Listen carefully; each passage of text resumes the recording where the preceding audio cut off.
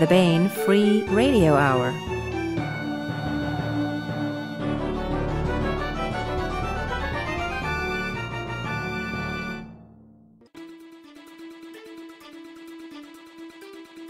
On the podcast, collaborators will not be shot but celebrated, and then maybe shot. Queen kisses, Russian resistance, and hand-wavium. Plus, we continue with our complete audiobook serialization of John Ringo's Under a Graveyard Sky. All right now.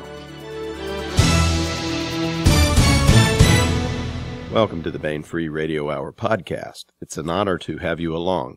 I'm Baen editor Tony Daniel.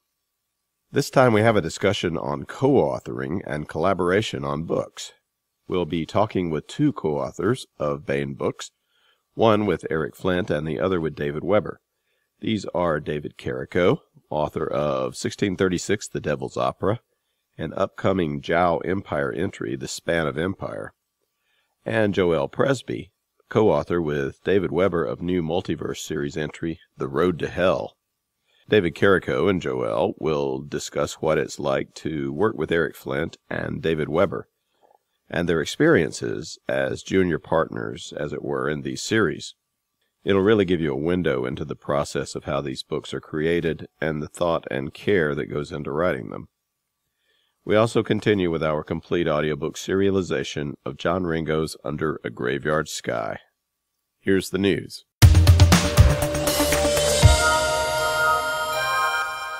We have two excellent short stories on the Baen.com website front page this month. One is Kiss from a Queen, which is the winner of the annual Baen Fantasy Adventure Award, given out at Gen Con every year. It's a contest we hold in the spring, and in the summer we make our decision on a winner, we being the Baen editors and a special guest, which this year was Larry Correa. Also on the website is Charles E. Gannon's story, Not for Ourselves Alone, which is set in the world of the Kane Reardon series. It's about a last desperate stand against aliens invading the solar system. Action-packed, succinct, moving, it's a lot of fun. For the September nonfiction, we have a very entertaining article by Jim Beal called Case Studies in Handwavium.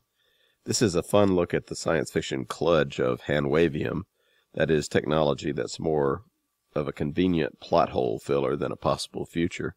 Jim gives many examples from the vault of science fiction, well, not greatness, I guess okayness, Kiss from a Queen, Not for Ourselves Alone, and Case Studies in Handwavium are all available at Baen.com and in the free ebooks containing fiction and nonfiction that are available at BaenEbooks.com.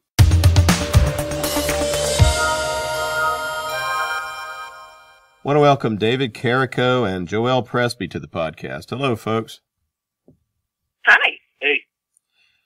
David Carrico claims his writing career literally began with a cliché. He finished reading a particularly bad novel and threw it across the room and declared, "I can write better than that." It took a while, but eventually he began to sell stories, many of them set in the 1632 universe and published in Grantville Gazette. He's the author with Eric Flint of 1636, The Devil's Opera, and coming up next summer, The Span of Empire, the third novel in the Joelle Empire series, previously co-authored by Eric Flint and Katie Wentworth. Joelle Presby attended the United States Naval Academy. After commissioning, she studied how to find and kill submarines in Naval Postgraduate School and began dating a submarine officer. She spent 6.5 years on active duty in the Navy. Does that sound right, Joelle, the way I said it? Yes, it does. And she has lived in France, Cameroon, the United States, and Japan. She and her husband, the submarine officer, live in Virginia. Joelle is the author of Grayson Navy Letters Home, an epistolary story set in David Weber's Honorverse that appeared on the Baen.com website, and Obligated Service, which was in the Honorverse anthology Beginnings. And coming next spring, The Road to Hell, the third entry in the multiverse series previously co-authored by David Weber and Linda Evans. So you both are co-authors of books set in other writers' series. Plus, you both have written the third book in a series that was already underway. Katie Wentworth, who wrote the first two Joelle Empire books with Eric Flint, has passed away, And Linda Evans, who wrote the first two multiverse books with David Weber, is unable to continue the series with David. First of all, how did you come to be in this position? David, you want to start? The short answer is I asked. And ultimately Eric said yes. It was a little bit more to it than that, though. In the first quarter of 2012, Eric and I were doing the revisions to the first draft of Devil's Opera, getting ready to turn it into Bane. And I had been thinking for some time I needed to diversify my writing and, prove to everybody around that I could write stuff in addition to alternate history stories. And we got to April, and we were pretty much done with the revisions. Eric, I think, was making the final polish pass. And on April 18th, Kathy Wentworth passed away. Well, that thought that was rolling around at the back of my mind that I needed to diversify and write other kinds of stories rolled around to the front of my mind and reminded me, you need to be doing that. So I mustered up my courage, and I sent Eric an email and said, would it be possible for me to step in and help finish The Span of Empire? And he was generally agreeable with the idea, but he didn't know if, at that point, he didn't even know if he needed one because he didn't even know if he needed another author because he didn't know how much Kathy had completed on the novel. I mean, it had been months since they had last talked about it. Plus, there were some contractual issues that had to be ironed out between him and Bade and Kathy's estate. Mm-hmm. So I quit holding my breath and started working on other stuff. And it took about 3 months before Eric finally came back to me in mid-July and asked me if I was still interested in writing The Span of Empire, to which I replied yes, and that's how I came on board. Cool. Had you already written The Devil's Opera with Eric by then? Yeah. Eric turned in Devil's Opera to Bane like on April 23rd after Kathy passed away on April 18th. Mm-hmm. So we had finished writing it, and we were in the process of just, making some edits and some minor revisions to get it into final form for submission, and she passed away. So, Joelle, I think you had your first professional publication at Baen.com. How did you start writing with David Weber rather than just stories set in Weber worlds? Well, the short answer is David Weber asked me, and I was very excited about the opportunity to see him in action.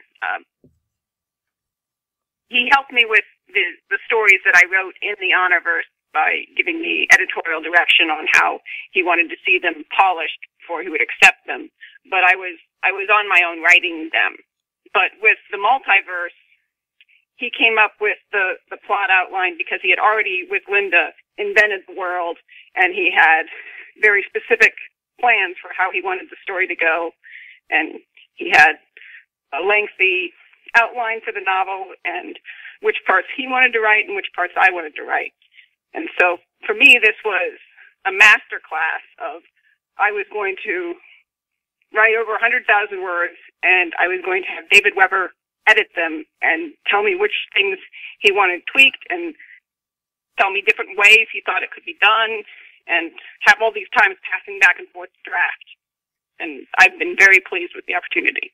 Dear listener, in case you haven't guessed, we're talking to two collaborators with Eric Flint and David Weber, or I should say collaboratory authors. I don't know what the collaborators might do. But and we're talking about the way that they've interacted with these authors and Eric and David, and what it's like to be sort of the junior author, the junior partner in writing one of these books. I think it's kind of fascinating to see the interior process of how that gets done. Before we go on, can you give us sort of an overall idea of what each series is about? Okay, the multiverse is two cultures in what seems like a vast amount of space because there are these manifold parallel Earths that are much like ours, except each culture has been expanding through naturally occurring portals to fill and expand through hundreds of Earths, and then they happen on each other and end up at war. But the groups are not the same. On one side, we have Arcanans who have the magical abilities to operate their entire society based on magic. They have dragons. Everything that works because of magic. But on the other side, the Sharonans have steam and trains and firearms and have never heard of dragons. And so they have vastly different war capabilities when they come into conflict over all of these, the access to these universes. So it's a really interesting steampunk versus magic conflict. Yeah, cool. And the first two entries in the series are called? There's Hell's Gate, and then Hell Hath No Fury. And the book we wrote together is The Road to Hell. Cool. David, what about the Joelle Empire books? Eric wrote a really cool afterword to Span of Empire where he kind of recounts the history of the development of the series and actually lays out the role that Kathy played in it and the role that I played in it. But basically, the Joelle Empire series is a rather sprawling space opera epic.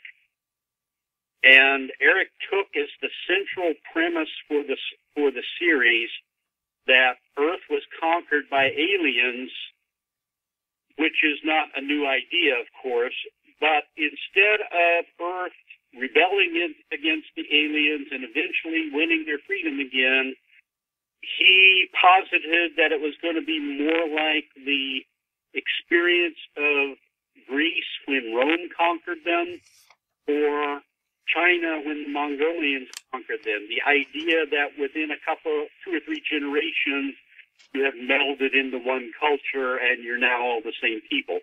That's kind of that's the direction he took the story, and I think it makes for a much more interesting story and certainly a lot less cliched.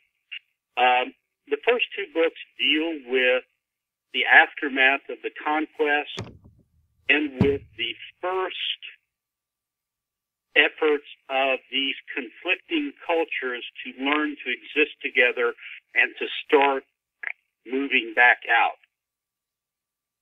Span a bit, the bad guys, there's a consistent set of bad guy aliens in the whole book called the Ekot. They are non-human, non-humanoid, and weird, and just, really nasty creatures to be around. And in the first 2 books, they kind of get knocked on the head, but Span of Empire could be characterized as the Ekot Strike Back. And it's very much about what happens when the Jowl and the human alliance starts reaching in, trying to find other resources, and the Ekot find out about it. And it becomes, let's just say there's more than one battle in the book.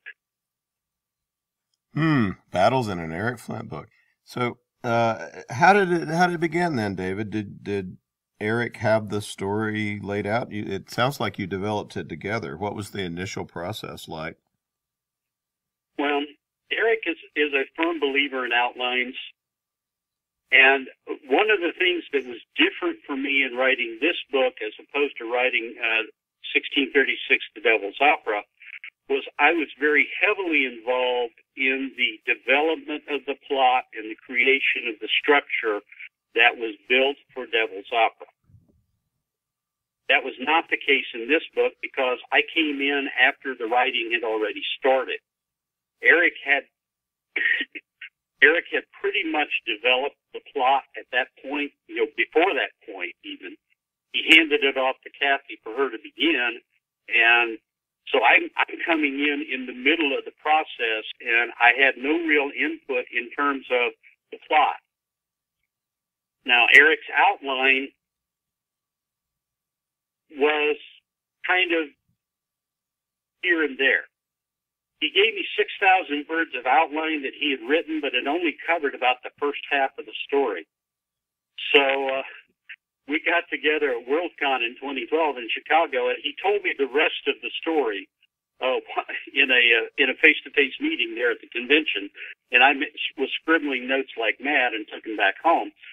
So I had a fairly detailed but high-level outline that covered the first half of the book, and then I had notes of things that he just basically rattled off to me. Yeah, I want this to happen, I want this to happen, I want this to happen, and go writing. Cool. And did you work off of those notes the rest of the way? Yeah, I worked, I pretty much followed the outline for the part of the story that the outline covered. And then the rest of it, those notes that he gave me, that's what guided my hand in finishing the story. And Joelle, yes. What about, I imagine that David had a lot of this worked out beforehand coming in. He did. He had a magic Bible, if you will, for each universe. And then we had a couple different programs with models of the Earth with what the political units were called and what the geographic names for the continents and the major rivers and so forth on Earth in each culture's original world, because they kept getting referred to throughout by the characters.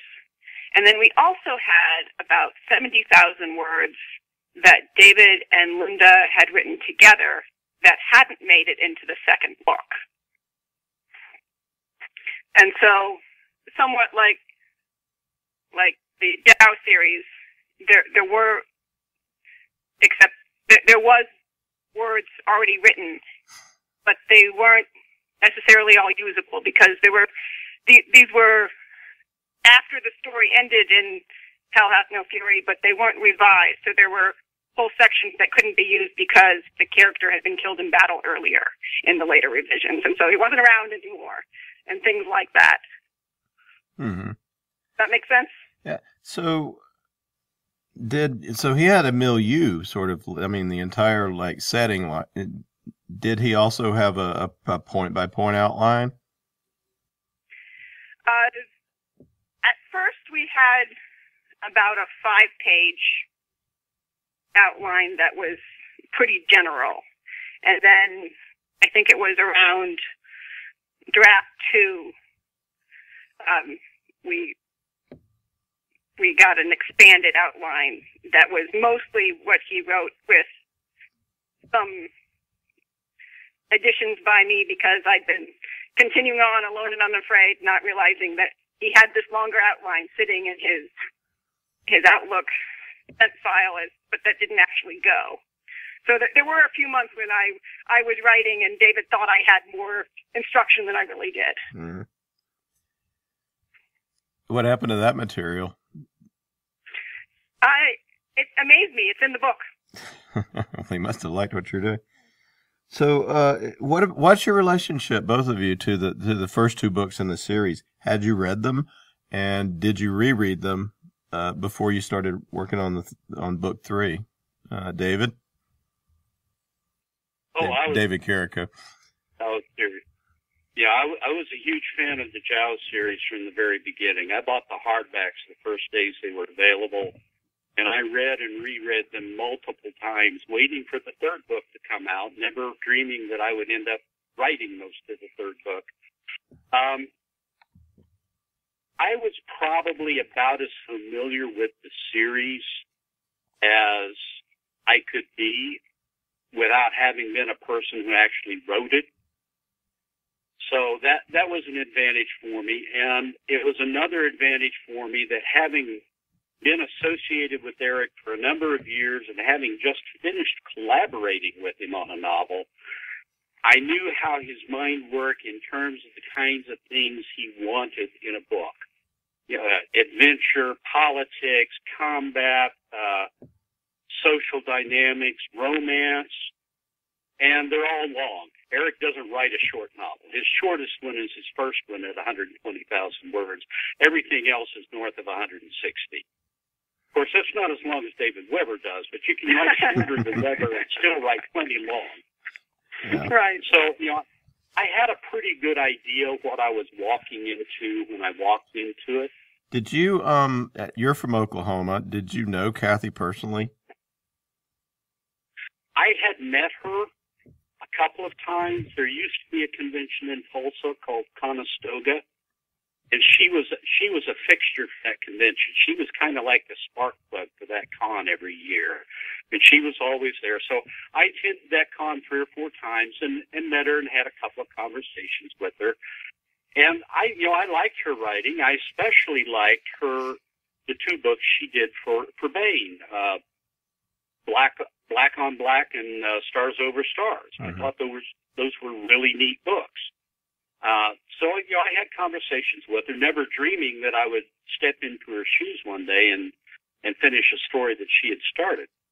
But the big surprise to me was how much I ended up having to write, because I didn't expect to find 75% of the story done.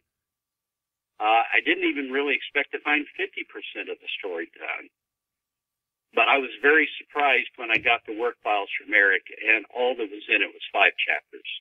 Mm-hmm. Apparently, the cancer just shut down her writing pretty early on in its progress, because she didn't get a whole lot done before basically she quit. Yeah. Joelle. I had read Hell's Gate and Hell Hath No Fury originally when they came out. I actually, when David asked me about them, I still had them on my bookshelf in hardcover, which was somewhat amazing because I'd been through several moves since they'd been printed. And I think it was about 7 years after they were originally released that he was asking me about book 3. I've never had the opportunity to meet Linda Evans, so I wish I could meet her one day and thank her for creating these really interesting worlds with David, but that has not yet happened. So did you try to, in any way, bring the style of the writing of those books into the 3rd book, or was it, we have to do it the way that we can do it best? I tried to get into the heads of the characters that I needed to use for the story and tried to keep them presented in the same way.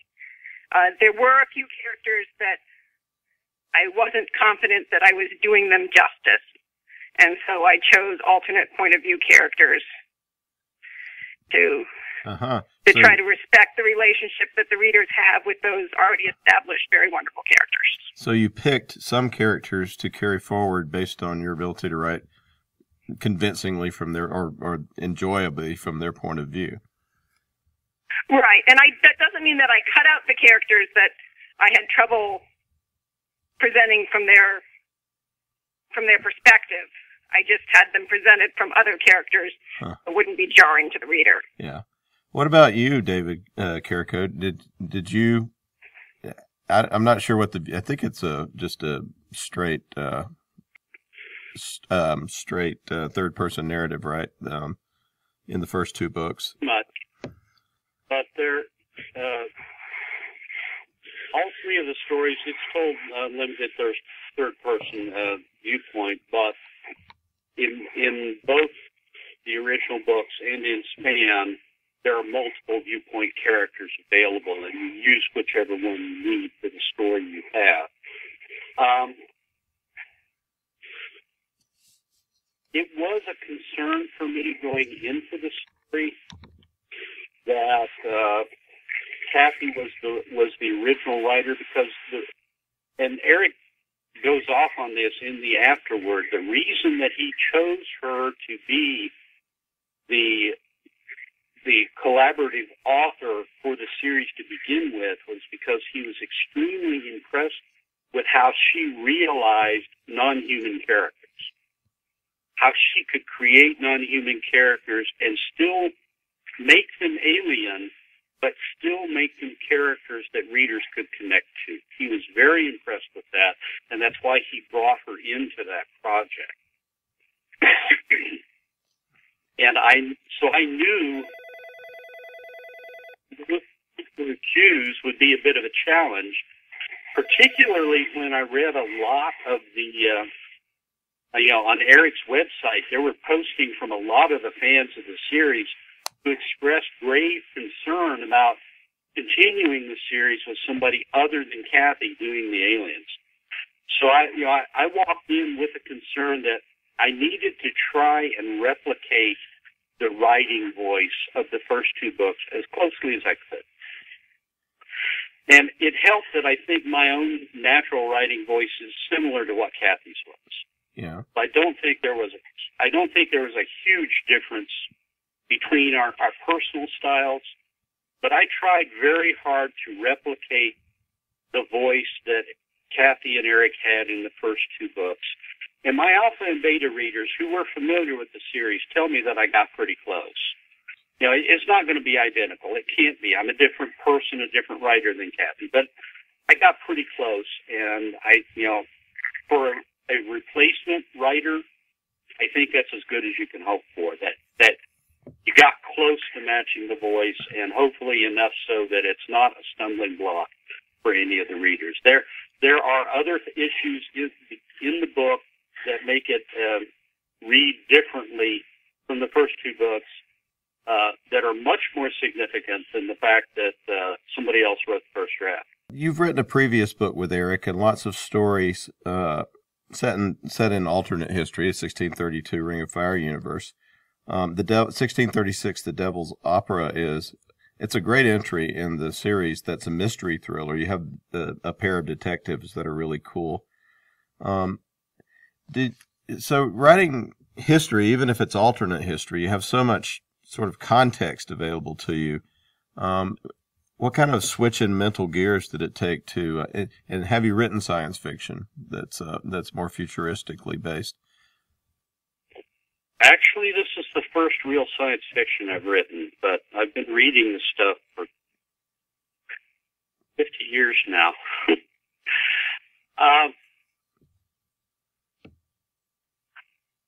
Yeah, it took a bit of a switch. The style of Devil's Opera is a little different from the style of Span of Empire. I mean, you're going from what's basically a police procedural with, as one reviewer put it, a slathering of opera frosting, to something that is out and out, full bore, pedal to the metal space opera. But it wasn't as big a transition as I thought it might involve upfront. I mean, once I got into it, once I reread the first two books, this time not with the eye of a reader enjoying the story, but with the eye of a writer who's looking to continue the story. I reread them. I soaked myself in the outline and the premises and the background that Eric had provided. And it wasn't very difficult to step into the space I needed to be in to write the story. Yeah. Which I was gratified that was the case. Because I had a lot of story to write. Kathy, the material that I was provided amounted to, Kathy had written a little bit less than 10% of the final version. Mm-hmm.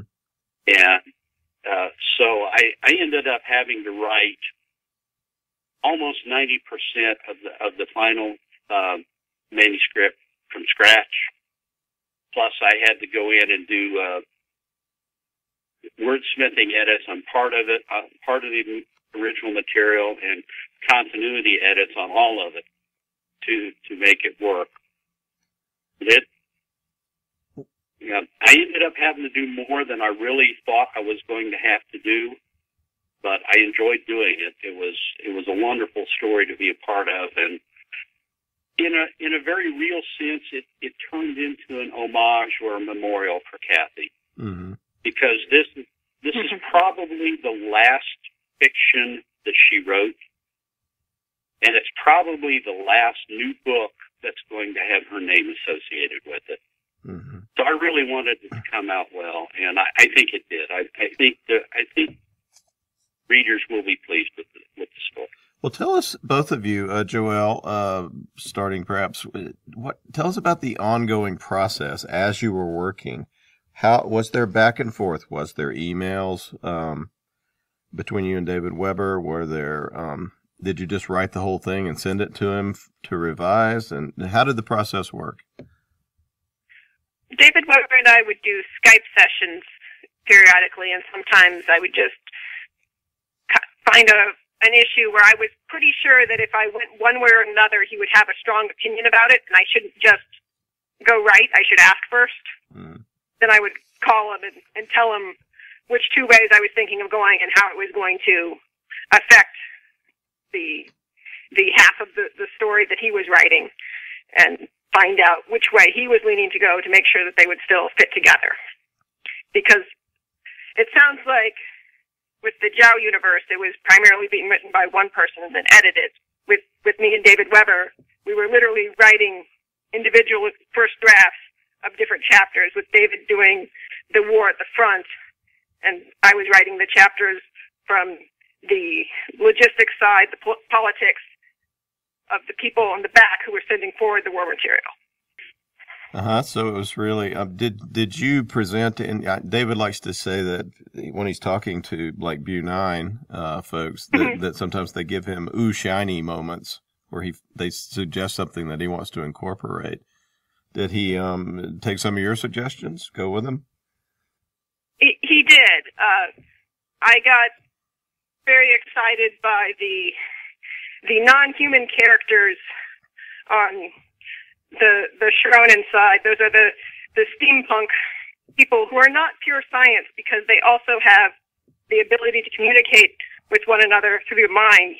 With only a small portion of the populace can do this, but then rather than bothering with phones or telegraphs, they have people who speak mind to mind, and some of these people can speak to animals as well. So they have discovered that whales and certain apes and high-order monkeys are smarter than they thought. One of the primary characters from the first two books in the Multiverse series has a mother who is an ambassador to the cetaceans, the whales, on the homeworld. And the cetaceans get a brief scene in the second book, and, well, they have more scenes in book 3 that I really had a lot of fun writing. How about you, David? How did you interact with Eric during the process of writing? Eric tends to tailor his collaborative processes to the writer that he's working with. When he's working with somebody of the skill level of, say, David Weber or Misty Lackey, he tends to use the process like Joelle just described. You write these chapters, I'll write these chapters, and when we get done, I'll stitch them all together. When he's working with somebody who's less experienced, like I am, he tends to hand the new person an outline and tell them either write this or write what you feel comfortable writing and send me the rest. This time around, when I did Devil's Opera, I was involved in the upfront planning process, so all of my questions were answered. It was just a matter of getting the words down on the page. In Span of Empire, where I came in after the process had already begun, I had a certain amount of learning curve, so up front, I sent him probably 20 or 25 emails with questions about facets of the story in order to make sure that I was clear on what needed, on where we were and where we were going. But once I got past that point, pretty much he was willing. He just said, write it and let me know if you have any problems. With Span, I would, every couple of months maybe I'd send him an email and kind of let him know, okay, here's where I am. when I wrote through the end of the written outline and told him that, he asked to actually see what I had done at that point, which was about 82,000 words. It was about half of the novel. I sent it to him. He had a couple of comments. He sent it back to me and told me to keep going. And I didn't really talk to him about it again until I was finished. So it just kind of depends on who he's working with and how the project got started as to how much communication there is. Were you involved with the revision process, or was that all Eric, the final version that got turned in? With Devil's Opera, I was very involved because there were a number of things that he wanted to tweak, which wasn't surprising. I mean, it was my first crack at writing a novel and my first crack at writing a police procedural mystery. So there were some rough edges on that one. With Span, he may have set a record because I gave him the completed first draft on September 5th of 2014, and he turned the final manuscript into Bain on September 29th. So it was like three and a half weeks. It was clean enough that it didn't need a whole lot of work, which made me happy. But he did have a couple of things that needed to be changed, and he had originally planned to work on them with me, but he was getting ready to go on a 10-day vacation with his wife, so he told me to just go ahead and, I told him I'll take a first crack at fixing them, and when you get back, if you like them, then we're done, and if you don't like them, then you've at least got a jumping off place. And when he got back, there wasn't a whole lot left to do, so he was pretty happy with it. Excellent. Joelle, what was your experience of revision? Well, first of all, I've got to tell you that I've already confessed this to Toni Weisskopf. And right. I believe her comment was something along the lines of, David only does what David wants to do, and it's not your fault he almost died. During the final polish, David had sent the draft back to me for one more review, and I read through for probably the 8th time, but this time all of it all together from the beginning to end, book 1 and book 2, and then I read through the draft looking for anything that didn't match with the first 2 books. And I found that there was an important scene that was missing in book 3 that needed to be there based on how the story had been ended at the end of the first 2 books that we hadn't noticed we'd left out entirely out of the outline and never even written an initial draft of. Everything else was done, but we really needed that one scene. And so I called David at like 7:30 at night and told him that I hoped I was wrong, but I really thought we needed this scene. And he agreed that we needed it. And it was more his kind of thing than my kind of thing, and he really wanted to write it himself. So he said he'd write it and send it to me, and I could continue my typo check, and we'd get it in the next day. Well, the next morning, time-stamped about 5:30 a.m., my email has this scene, and it's beautiful.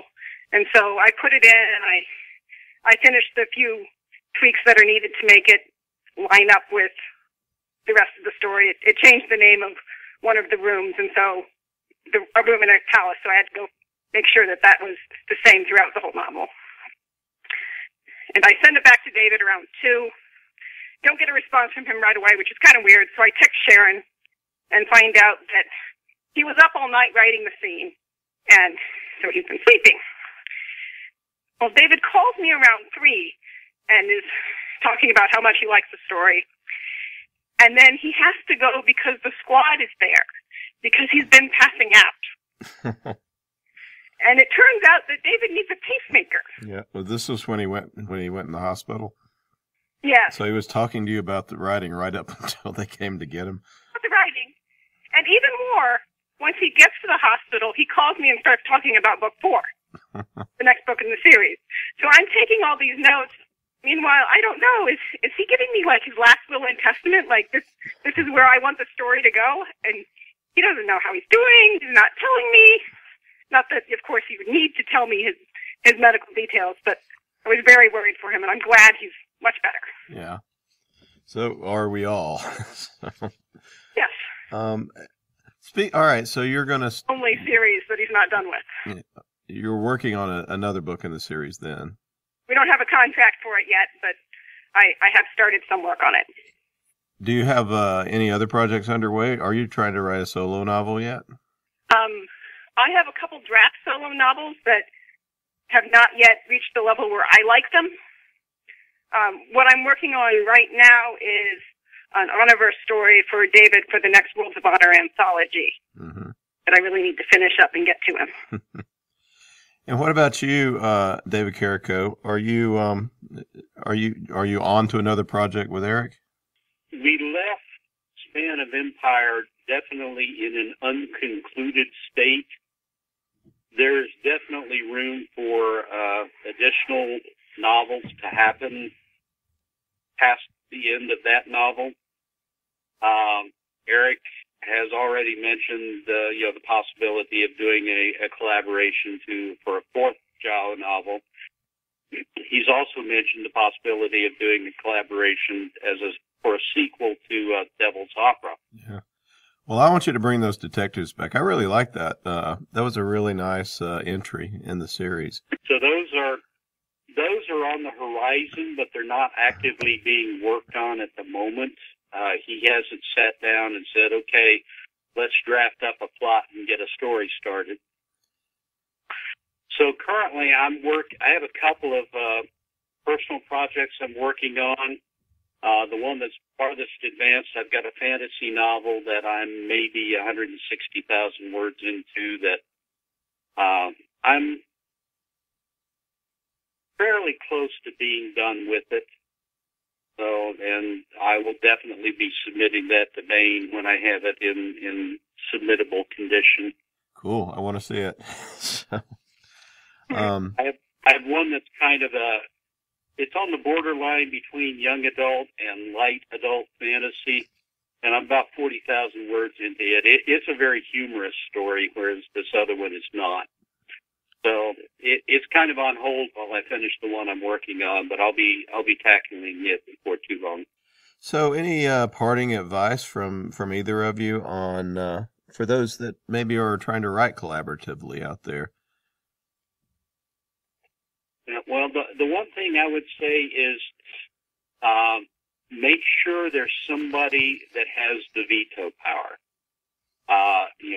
Because it's very possible that when you're writing collaboratively, you could arrive at a place where you both want the story to go in a different direction, and at some point somebody has to make a decision. So, I haven't had that issue because I'm working totally within Eric's universes here, so he's automatically got veto power. Mm-hmm. You're working in a true collaborative environment. Somebody needs to be the decision maker, and so that needs to be determined ahead of time. Who's going to make the decisions on those kinds of issues? And outside of that, check your ego at the door and just work together. The book they ought to be pointed to is Harlan Ellison's Partners in Wonder. There's 14 stories in that book and every one of them he had a different collaborator, and it's actually as much fun or more fun to read his stories about how the stories were written as it is to read the stories. Excellent. Joelle? David's points are great ones. The other one I would recommend is if you're going to work with someone who has collaborated with other writers before, see if you can find someone who's been a past collaborator and ask them about their experience. I had the opportunity before starting on the multiverse with David Weber to sit down with Steve White and talk about how he and David got started writing together and the things that had had worked well for him and not. And so then I was able to go back and talk to David about those things and how it would be for us and make sure that I started with a clear view of what the expectations were. So these books, both of these books are going to be out next year. But I think this is a really great time to talk about just the writing process and how, and when we come back, when they come out, we'll talk about the books in particular. And we'll probably have David and Eric on as well. But this sort of behind the scenes stuff is really, really interesting, and I think really can be really helpful to some writers out there, as well as interesting your readers. The books are coming up in 2016. They are The Road to Hell by David Weber and Joelle Presby. That will be out in spring. And The Span of Empire by Eric Flint and David Carrico. That will be out in summer. I think it'll be September book. And when's The Road to Hell? What month is that? I should know. It is out March 1st. March. It's a March book. So a March and September book, and we really look forward to those. David and Joelle, thank you so much for being with us. Thank you. Thanks for having us.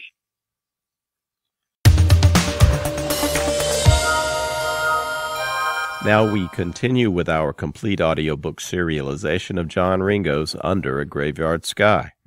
This portion of Under a Graveyard Sky is provided by Audible.com. Get the complete audiobook at Audible.com now. If you're not a subscriber, you can get the entire audiobook free or choose from more than 100,000 other titles when you try Audible free for 30 days. Now here is another segment of John Ringo's novel of zombie infestation and the heroic humans who fight back, determined to pull the world from disaster and humanity itself from the brink of annihilation. It's all taking place under a graveyard sky. Chapter 11. Where's the usual mailman? The executive assistant for the manager of cost accountancy was a lady in her 40s with what Faith mentally dubbed teacher face. Faith sort of preferred being the mail girl to filing. It got her some exercise, and she got to meet and talk with people. Of course, half of them asked her why her sister was fighting a zombie. She'd given up trying to explain, which was a bit of a pain. And her thumb still hurt like heck, which was another pain. Didn't show for work, Faith said, handing over the next set of packages. A lot of it was actually mail. FedEx was having trouble with deliveries. No answer on his cell. 87, left town, who knows. She was used to answering that question, too. Oh my God, the executive assistant said, looking at her computer. What? Faith asked, craning over. Airplane crash, the EA said, gesturing at her screen. Go ahead. She turned up the sound slightly. These images were taken by a cell phone shortly after the crash, the voiceover was saying. The plane had landed in a suburb, and the caption read, Bellefonte, Pennsylvania. All that could really be seen was billowing smoke and flame. It didn't even look like a plane. FAA reports that based upon the truncated call from the cockpit, one of the pilots may have succumbed to the secondary H7 virus. There are no reported survivors on the flight. No wonder FedEx isn't delivering, Faith said. They need to get vaccine distributed, the assistant said, shaking her head.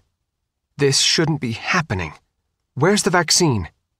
Depends on the type, Faith said, shrugging. The Pasteur method requires infected material, and it can only come from higher-order primates.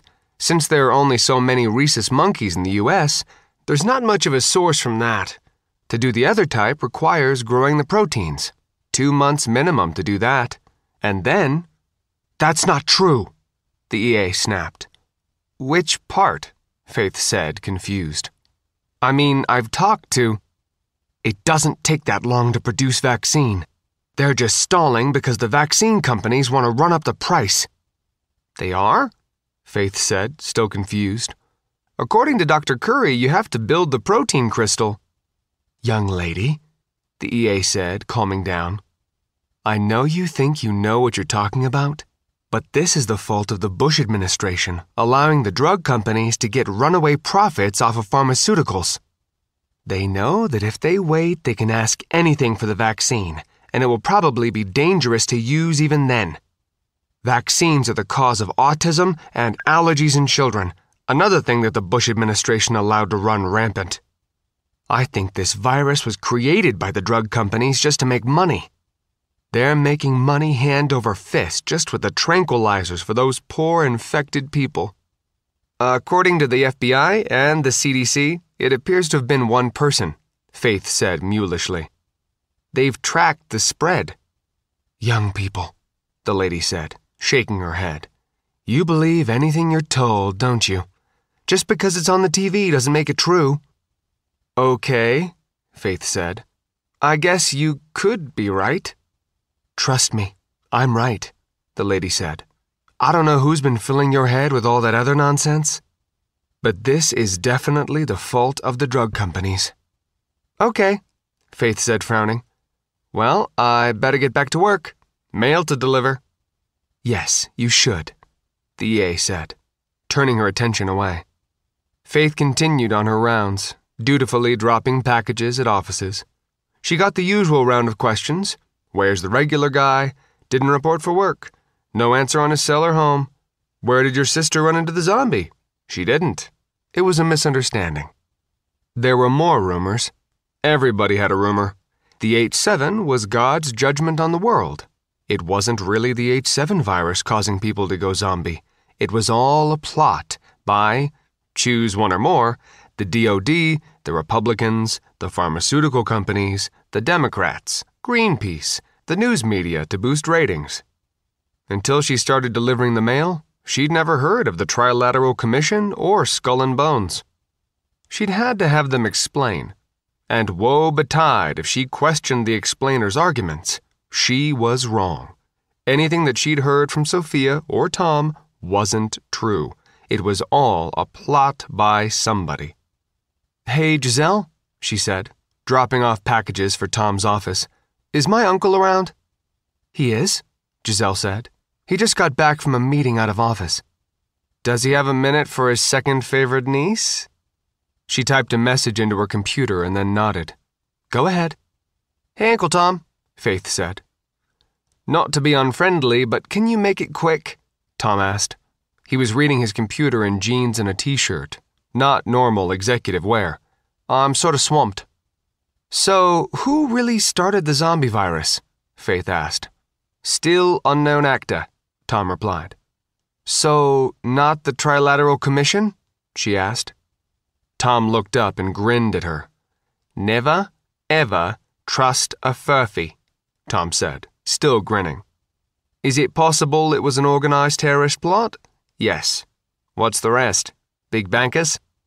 That one never came up, Faith said, blinking. Drug companies, the Bush administration, something called Skull and Bones? If you were working anywhere else, it probably would have, Tom said, leaning back in his chair. Banks and bankers generally get blamed first, and often. The blogs are full of conspiracy theories about the H7. And every group that has previously been cast as the villains in some other context is being blamed by some other group. That's the way that people handle this sort of thing. During the Middle Ages, the Black Death was due to the devil, and they killed cats to get rid of it. Since it was carried by rats, that was the worst thing they could do. But no, it wasn't any of the above. I tried to tell people that, Faith said desperately. Don't bother, Tom said, shaking his head. They won't believe you. They only believe trusted sources, like some guy who says he's a researcher for the CDC on some forum they read every day, who doesn't know an enzyme from a lice, and is a janitor at a minor research lab in Peoria, Kansas. But they'll trust them over all the experts because they speak truth to power. So just listen, and mostly ignore it. Does it really take 2 months to just produce a vaccine? Faith said. Nobody believes that. I suppose I should get Curry to do a simple explanation and distribute it, Tom said, making a note. But yes, from what I understand, the protein crystals take that long to grow on the matrix. Then you have to start making the vaccine from those. And then there's a minimum 4-month approval window. And even with that, the vaccine isn't going to be the best. They rarely get it exactly right the first time. It's going to have more harmful side effects than one that's been through the full approval process. But if they can get that done before, well, everything comes apart, they'll distribute it anyway. Because, the world's coming to an end. He gestured at his computer. Don't bother arguing. If there's something that really seems relevant, bring it to me, Tom said. Anything else? Pretty much everybody knows the bank has some vaccine, Faith said nervously. Some people say it's from monkeys, others that it's from people. The nice thing about all the outrageous rumors going around is that that's just one more, Tom said, smiling tightly, which is good. Anything else? No, Faith said unhappily. If I can get in before dark 30 tonight, we'll talk, Tom said. But no zombie hunting. Been there, done that, Faith said, holding up her thumb. I'm sworn off until I can use a shotgun. Tasers suck. Thanks for this little meeting, Tom said, pointing at the door with both hands.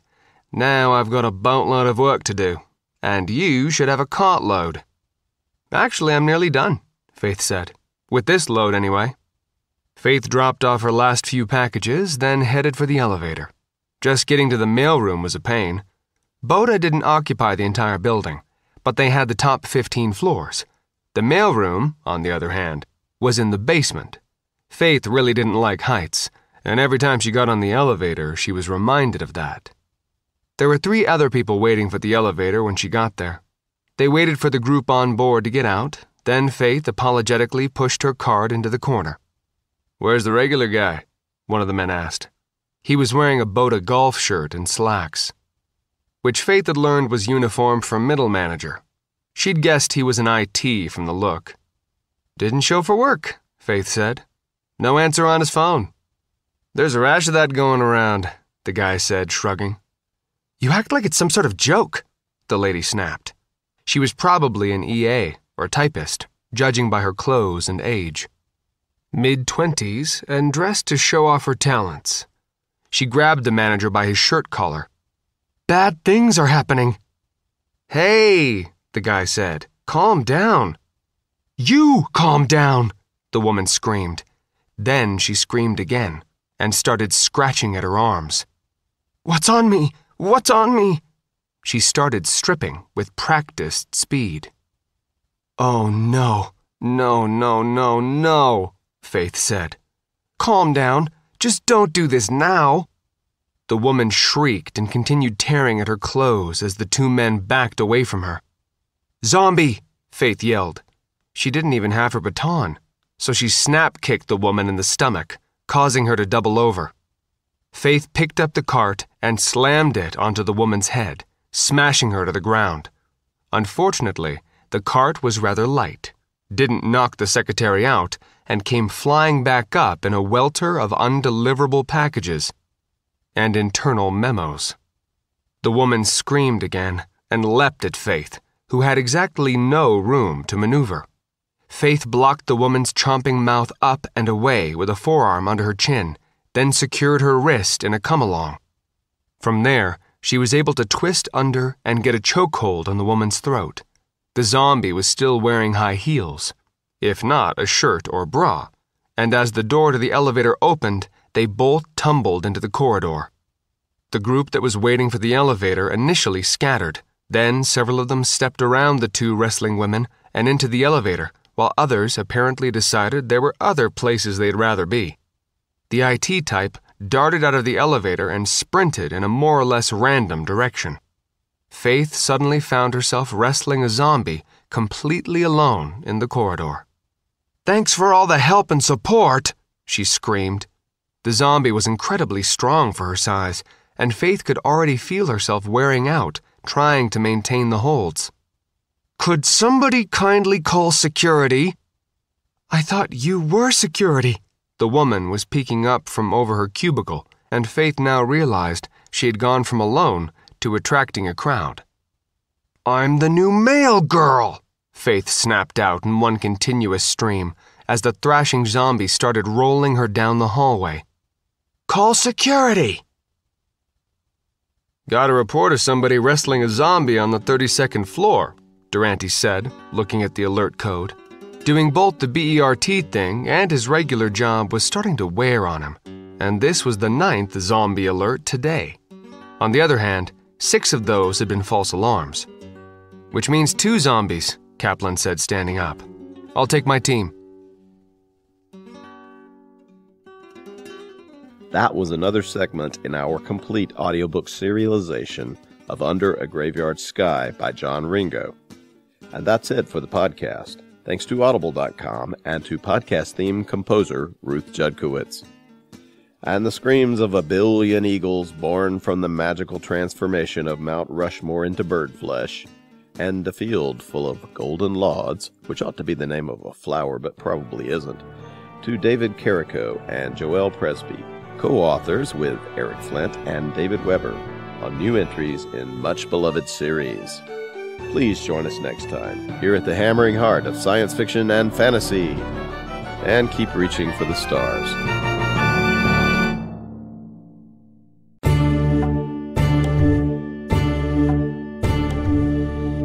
The Baen Free Radio Hour is brought to you by Baen Books Audio Drama, presenting dramatized audio plays of the best science fiction and fantasy with a professional cast and cinema-quality soundtracks.